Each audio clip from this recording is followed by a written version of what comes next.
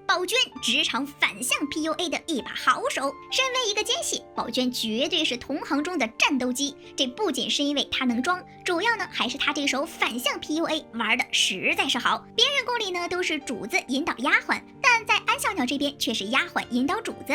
引导就算了，宝娟这人呢还能对自己主子进行一整个的人生规划。安小鸟还迷糊着呢，就已经被人家拿捏了。在安小鸟不受宠的时候，宝娟那是一天一个争宠小妙招，又是让她去甄嬛那儿蹭流量，又是拿话刺激安小鸟争宠。宝娟本人呀，好像是争宠36计的词典，反正就是3句话不离争宠。小主应该多多走动才是。如今婉贵人正得盛宠，没准在那还能看见皇上呢。最后，宝娟终于成功的让安小鸟也动了争宠的心思。我既没那个本事，也没那个机会。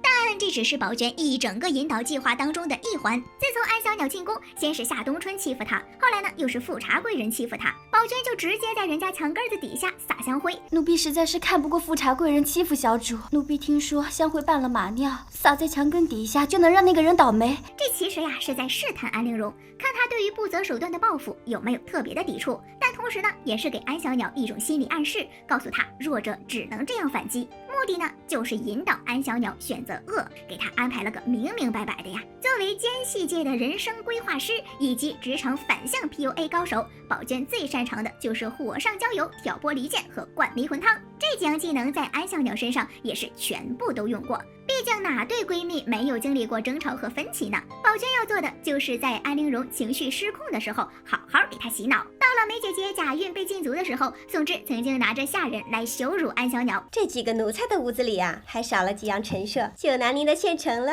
就是这一次，安小鸟气得浑身发抖，就跟身上的电线通了电似的。宝娟见状，赶紧拱火，说梅姐姐得宠的时候也没什么好处。沈答应得宠的时候，我们也没有什么好处。如今成了答应，人人踩一脚不说，还得拉上我们。说的安小鸟完全忘记自己能过来还是靠梅姐姐，而且通过这次，宝娟还发现拿自己跟下人比才是安小鸟最受不了的。之后啊，宝娟正是拿捏住了这点，才能继续火上浇油、挑拨离间。安小鸟终于成宠之后，她带着4大爷赏的衣服来给甄嬛送礼，可是没过几天，却发现这礼物居然穿在浣碧身上。安小鸟并不知道浣碧是甄嬛的亲妹妹，正在气得发抖呢，宝娟就来了句：“她把您当啥呀？”小主您自己都舍不得穿，留了2件给她，她倒好，拿来打赏给下人了。于是安小鸟内心 OS： 原来在姐姐那里，我的衣服只配给下人穿。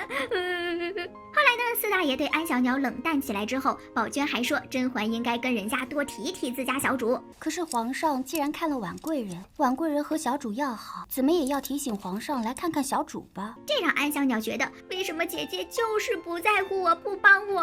没过多久，在睡衣事件发生时，宝娟又抓紧时间挑拨。总之，宝娟这是抓住了安小鸟的痛点，每天就循环播放：甄嬛不管你，沈眉庄不管你，他们都不在乎你。在安小鸟情绪不好的时候，更是翻旧账不停歇，分析一通之后再下定论，他们就是不管你的死活呀，小主。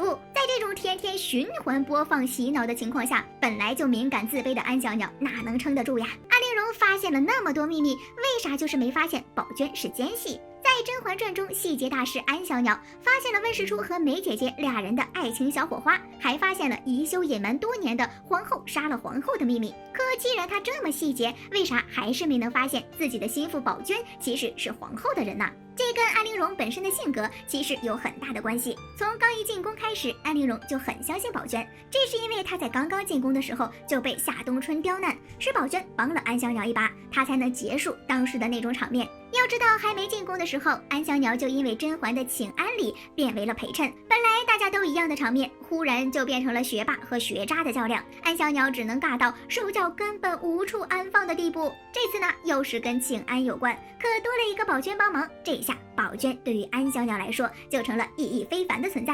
本来敏感型人格就多少有点雏鸟情节，这下子宝娟不仅成了安小鸟进宫后见到的第一个宫女，还成了帮助自己解开尴尬场面的帮手。而且呢，安小鸟进宫还没几天，宝娟就开始明摆着为主子打抱不平，总是这个样子，甩脸子给谁看呢？面对夏冬春的刁难，她的反应比安小鸟还大。安小鸟内心 OS： 啊，这个宫女她居然可以感同身受。对于人生地不熟的安小鸟来说，这样的丫鬟也太温暖了。所以安小鸟当时的一整个动作就是感动，以及非常感动。再加上当时的安小鸟宫里除了宝娟之外，另外2个小丫头才15岁左右，还有2个小的，也不过15。安小鸟自己也说，不指望他们能干啥，那他还能指望谁呢？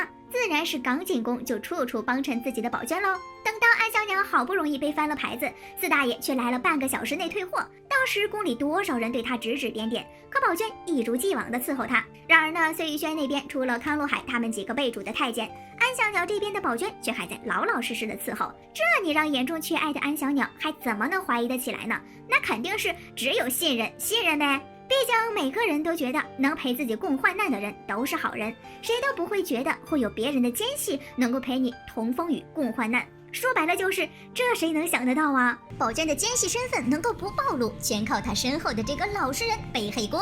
在安小鸟刚进宫的时候，自己这边就只有一个宝娟能用。虽说后来甄嬛把自己宫里的菊青给了安小鸟，可她已经先入为主，更相信宝娟一些。宝娟既然不是安小鸟的人，那自然会在某些事情上露出马脚。可若是把黑锅全扔给菊青的话，那自己身上没了疑点，还能够更好的帮助宜修离间安小鸟和甄嬛之间的感情。所以这个菊青也就成了宝娟的挡箭牌。要不是有她在，扎小人暴露那会儿，安小鸟就直接处理宝娟了。当时安小鸟和甄嬛被华妃强行叫过去卖艺，俩人自然是受了好大的委屈。事后呢，安小鸟就做了个小人，开始扎小人诅咒华妃。可就在某一天，宜修来看安小鸟的时候，好巧不巧发现了这事儿。安小鸟的第一怀疑人就是宝娟来着，因为只有她天天给自己整理床铺，而且前一天安小鸟刚特意提醒过她不用动自己的床铺，眼看着自己就要暴露，宝娟想起菊青这个老实人，于是呢把锅全甩在人家身上，说她是甄嬛的眼线。安小鸟呢也没细想想，甄嬛前几天刚跟自己一起受辱，要是在自己宫里放眼线提防自己，那她大可不必一起跟着去呀。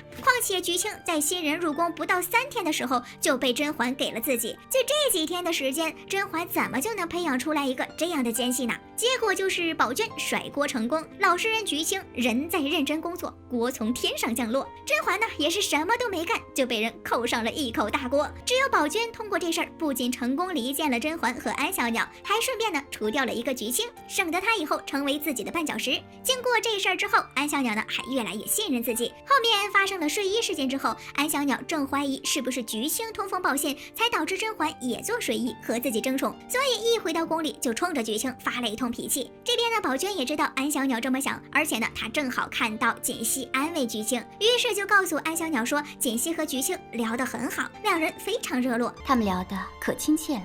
安小鸟这下子就更加肯定，就是菊青通风报信。而菊青这个老实人，在什么都不知道的情况下，就拥有了一口黑漆漆的大锅当帽子。这事儿之后，宝娟就可以更加肆无忌惮，因为不管出了什么事儿，都有菊青来背锅。在甄嬛离宫之后，安小鸟甚至直接除掉了菊青。还有就是菊青那丫头，到底不是一直跟在娘娘身边的人？既然不中用了，就别留了吧。宫里的丫鬟二把手也变成了宝雀，整个延禧宫都被宝娟拿捏住了。只能说宝娟这个人太厉害了，她绝对是宜修那边的王牌选手，这一手反向 PUA 玩的就很绝妙，再加上她不停的引导，真不怪安小鸟发现不了她的真实身份。好了，本期视频就到这里啦，宝宝们别忘了点赞评论哦，啾咪。